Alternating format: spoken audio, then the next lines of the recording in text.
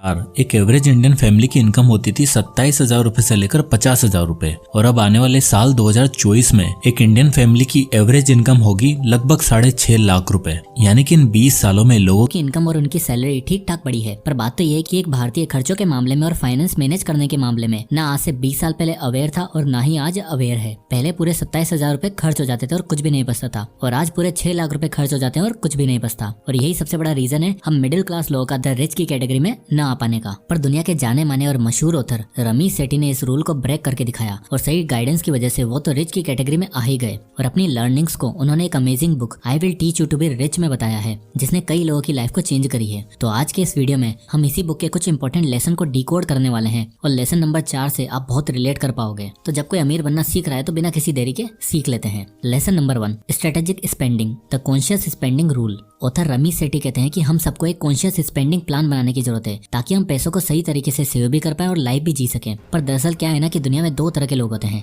पहले वो जो 1 घंटा कड़ी धूप में पैदल चले जाएंगे सिर्फ इसलिए क्योंकि ऑटो वाला 70 रुपए से 60 रुपए पर नहीं आ रहा है, और दूसरे वो जिन्हें लगता है कि उन्हें बैंक अकाउंट देखने की जरूरत ही नहीं है, खर्चा करो अगले महीने फिर से सैलरी तो आ जाएगी। यानी जो पाई पाई का हिसाब रखता है और दूसरा जो हिसाब ही नहीं रखता। अब इन दोनों तरह के लोगों में प्रॉब्लम सिर्फ एक ही चीज की है, वो है प्लानिंग। इसलिए ऑथर सजेस्ट करते हैं the conscious rule of spendings. इस प्लान के अंदर आपको अपने सारे कॉस्ट और खर्चे आइडेंटिफाई करने हैं और उन खर्चों में जो खर्चे आपकी लाइफ में कोई वैल्यू ऐड नहीं करते हैं उन्हें हटा देना है। इस रूल के अकॉर्डिंग आप अपनी मंथली इनकम का 60% फिक्स्ड कॉस्ट के लिए रखेंगे, जैसे कि रेंट, इलेक्ट्रिसिटी, फूड एक्सेट्रा। अगला 10% सेविंग्स अकाउंट में डालेंगे, अगला 10% रिटायरमेंट फंड में डालेंगे और बाकी का बचा 20% रखेंगे गिल्ट फ्री स्पेंडिंग के लिए। अब गिल्ट फ्री स्पेंडिंग क्या है इसके बारे में हम लेसन नंबर 4 में डिस्कस करेंगे। अब ये सबसे होगा ये कि आप छोटे छोटे खर्चों के लिए कभी परेशान नहीं होंगे और बड़े खर्चे करते टाइम आपके हाथ में एक बजट होगा, एक रिकॉर्ड होगा जो आपको अननेसेसरी स्पेंड करने से बचाएगा और आप उन चीजों में अच्छे से स्पेंड कर पाओगे जो आपकी लाइफ में वैल्यू ऐड करें और आपको खुशियां दे। फॉर एग्जाम्पल, ऑथर के एक फ्रेंड ने प्रमोशन के बाद एक सस्ते अपार्टमेंट में शिफ्ट किया जो बीच के काफी पास था, क्योंकि उनके लिए 3 रूम अपार्टमेंट मैटर नहीं करता था, बल्कि कैंपेनिंग करना और नेचर को एंजॉय करना उनके लिए ज्यादा इंपॉर्टेंस रखता था। इसलिए सैलरी बढ़ने के बावजूद भी उन्होंने सही से कॉन्शियस स्पेंडिंग का रूल अपनाया और अपने फाइनेंस को सही से मैनेज किया, जिससे उन्हें हैप्पीनेस अपने आप मिल गई।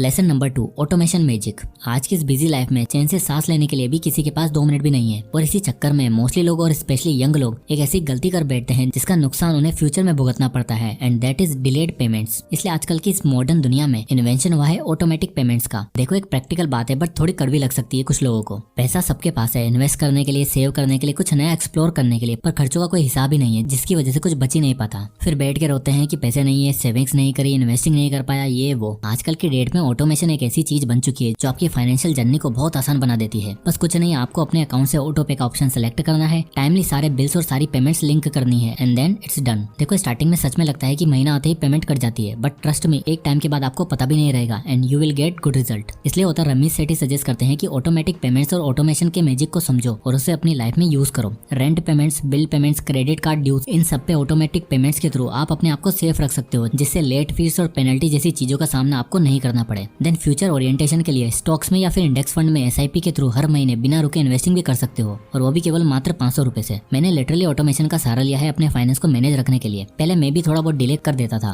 पर अब तो देखने की जरूरत भी नहीं पड़ती, अपने आप अमाउंट इन्वेस्ट हो जाता है। और जब मैं पोर्टफोलियो चेक करता हूँ तो एक सेंस ऑफ सिक्योरिटी बनी रहती है कि यार चलो कुछ तो सही हो रहा है पैसों के साथ। So use the magic of automation. पर यार एक अफसोस की बात यह है कि इतना सब कुछ करने के बाद भी हम मिडिल क्लास लोग ना बचे हुए पैसों को सही से स्पेंड ही नहीं कर पाते, जो लेके चलता है हमारे अगले लेसन पे। Lesson number 3, use negotiation hacks for big wins. अक्सर हम लोग क्या करते हैं, अपने आप को सुपीरियर दिखाने के लिए जनरल खर्चों में नेगोशिएशन नहीं करते और जो चीज हमें जितने की बताई जाती है उस प्राइस पर ही खरीद लेते हैं ताकि इन्हें इंफीरियर फील ना हो। कोई मोबाइल फोन लेने जाएंगे या कोई व्हीकल तो बिना मोल भाव किए चीजें उठा के ले आएंगे, क्योंकि वहाँ नेगोशिएशन करना अच्छा नहीं लगता। लेकिन इन्हीं लोगों का दोगलापन वहाँ दिख जाता है जब ये सब्जी खरीद रहे हो, सब्जी वाले से 10 रुपए के लिए पूरी नेगोशिएशन करेंगे, पर कोई प्लान खरीदते समय, व्हीकल खरीदते समय कुछ नहीं करेंगे। इसलिए रमीश सेठी कहते हैं कि अपने लिए बेस्ट डील निकालने में नेगोशिएशन हैक्स का यूज करना चाहिए। फॉर एग्जाम्पल, सुरेश अभी दिल्ली से मुंबई शिफ्ट हुआ है अपनी जॉब के सिलसिले में। अब नेक्स्ट टास्क था जुहू में एक फ्लैट ढूंढना जहाँ वो रह सके। तो कुछ दिनों वो होटल में रहा और उसने रूम देखना शुरू भी किया। 2 दिन में उसने 8-9 घर देख भी लिए और फाइनली 10वां घर उसे पसंद भी आया। आया, पर यहाँ पर लैंडलॉर्ड रेंट बहुत ज्यादा बोल रहा था। पर अब सुरेश के पास इसके अलावा कोई ऑप्शन भी नहीं था, क्योंकि नेक्स्ट डे ज्वाइनिंग थी। तो सबसे पहले उसने क्या किया कि उस लोकेलिटी में क्या एवरेज रेंट था उसे काउंट किया, क्योंकि वो 8-9 घरों में तो घूम ही चुका था। फिर सुरेश ने कन्वर्सेशन सेटअप करी लैंडलॉर्ड से और अपनी सारी सिचुएशन एक्सप्लेन करी कि 50,000 सैलरी में से अगर आप 20,000 रेंट ही ले लोगे तो मुंबई जैसे शहर में उसका गुजारा कैसे होगा। उसने ये भी बताया कि एक लॉयल और रेस्पॉन्सिबल टेनेंट की हैसियत से रहूंगा। साथ कन्वर्सेशन के बीच में उसने और घरों का भी जिक्र किया जिससे रेंट इससे बहुत सस्ता था, और सुरेश ने डिस्काउंट की डिमांड करी। पर अंकल जी निकले टिपिकल, उन्होंने भी सुरेश को अपनी बताना चालू करी और एटलास कहते हैं 20 से मैं बस 18 कर सकता हूँ। पर सुरेश ने 15,000 को एक कॉमन ग्राउंड डिसाइड किया, क्योंकि वही एग्जैक्ट रेट था सोसाइटी में। और सुरेश इसके बाद वॉकआउट करने को भी रेडी था, और इसी स्पिरिट ने अंकल जी को पिघला दिया और वो मान गए और सुरेश को बेस्ट रेंट में एक अच्छी और इफेक्टिव एकोमोडेशन मिल गई। ये था नेगोशिएशन का हैक। देखो यार, मैं आपको चिंदीगिरी करने के लिए नहीं कह रहा, बस ये कह रहा हूँ कि जरूरी जगह पर अपने अच्छे डिस्काउंट के लिए कभी भी पीछे मत हटो, स्पेशली उन चीजों में जो ज्यादा प्राइस की हैं। अब आता है lesson number 4, lifestyle design guilt free spendings. Author कहते हैं आपको मनी मैनेजमेंट और बजट को कुछ इस तरह सेटअप करना है जिससे आप मंथली इनकम का 20% अमाउंट आप अपनी गिल्ट फ्री स्पेंडिंग के लिए रख सको, यानी ऐसा खर्चा जिसको करने के बाद आपको सिर्फ हैप्पीनेस महसूस हो, ना कि कोई गिल्ट। मैंने अपने आसपास ऐसा बहुत एक्सपीरियंस किया है जहाँ लोग पैसा खर्च करने से पहले नहीं सोचते, पर खर्च करने के बाद उन्हें ज्यादा गिल्ट होता है कि मानो कोई पाप कर दिया हो। देखो यार, सिंपल सी बात है, आप महीने भर मेहनत करते हो, रोज काम करते हो, दिन के 8-9 घंटे प्रोडक्टिव बनाते हो ताकि पैसा कमा सको, अपनी लाइफ बेहतर बना सको, अपनी फैमिली के लिए, अपने बच्चों के लिए, अपने पेरेंट्स के लिए मेहनत करते हो। तो पूरे मंथ में वो एक मोमेंट तो होना ही चाहिए जिससे आप अपने आप को भी रिवॉर्ड करो, अपने लिए स्पेंड करो और ट्रू हैप्पीनेस एंजॉय करो। हम हर एक छोटा बड़ा खर्चा करने से पहले 10 बार सोचते हैं, पर जैसे ही सेल्फ रिवॉर्डिंग के लिए कोई खर्चा किया तो हमें गिल्ट होने लगता है। ट्रिप पर जाना है, शॉपिंग करना है, अच्छे एक्सपीरियंस गेन करना है, इन सभी चीजों पर आप गिल्ट फ्री स्पेंडिंग कर सकते हो। मेरा एक दोस्त है जो गिल्ट फ्री स्पेंडिंग को बहुत अच्छे से निभाता है। वो हर महीने अपने लिए 3-4 हजार रुपए रखता है, जिसमें वो महीने में एक बार मूवी देखने चला जाता है, फैमिली को डिनर करवाता है और एक्सपीरियंस एंजॉय करता है। और जिस महीने खर्चा नहीं होता उसे अगले महीने के एक्सपेंसेस में एड ऑन कर लेता है, जिससे अगले महीने उसके पास ज्यादा पैसा होता है अपनी गिल्ट फ्री स्पेंडिंग्स के लिए, यानी स्पेंडिंग्स विदाउट रिग्रेट्स।